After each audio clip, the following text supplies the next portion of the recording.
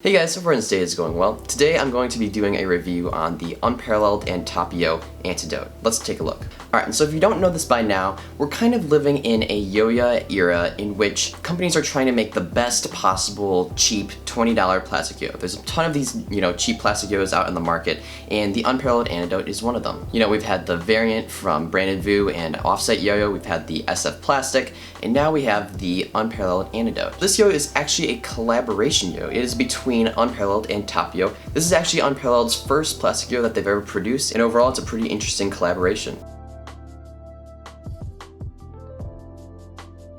Alright, so looking around the yo-yo, first off, this yo-yo currently isn't sold anywhere online, I believe. I personally got this yo at the World Yo-Yo Contest where there was a pre-release, and so there only this blue color was available, but I'm pretty confident that there will be some more colors to come. In regards to the specs, this yo is generally just a little bit oversized with a few millimeters larger in diameter and a few millimeters larger in width. Now, the finish of the yo is kind of hard to describe.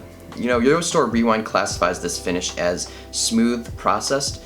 I'm not sure what exactly Unparalleled calls it, but I'd say it's kind of a mix between being completely smooth and almost like a little bit scratchy. It's kind of strange. The shape of the Antidote is a really interesting one. The actual shape is almost like a mix between the H shape and V shape. There are a couple subtle cuts in the profile for the rims, but then after that it's really just a steep slope down to the bearing. You can call it what you want. The cup of the Antidote is really nice as well. We've got this gigantic rim that you can see right there. I mean, it's like really actually insanely thick.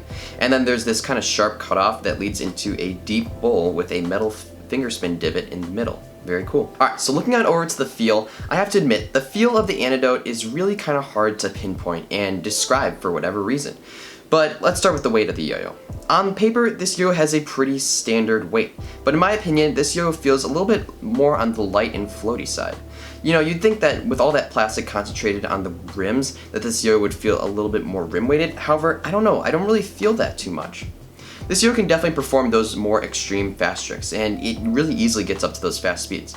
However, I found that this yo lacked a little bit in the spin time department, and let me explain. Alright, so the Antidote is stable. It stays in the same plane throughout, more extreme, faster tricks. However, here's the thing. I found that upon doing some of my longer combos, this yo lacked in a little bit in spin time. So yeah, that's the thing. It's a really stable yo-yo. It just lacks a tiny bit in the physical spin time.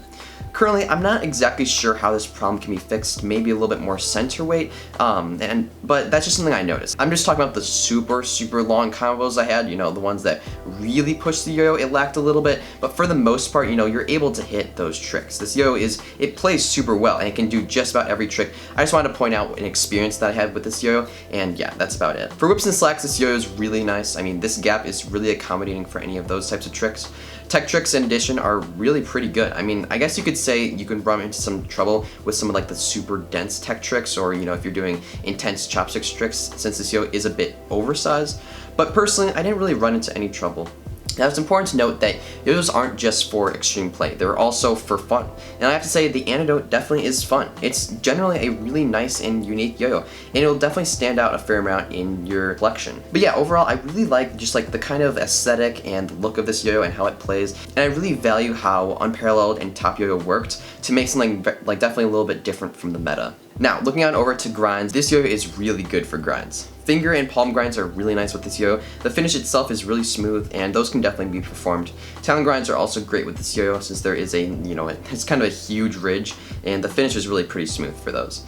And finally, finger spins are they're just too easy to do. I mean, the cup really just guides your finger into the middle and into the center, and the metal piece enables you to lock into a finger spin for a really long time. Alright, so that's about it for my review on the Unparalleled and YoYo Antidote. If you guys did enjoy the review, be sure to leave a like, and also if you guys are new here and haven't seen my videos before, hit that subscribe button because I post videos about every single week. I hope you guys all have a great rest of your day, and I'll see you next time.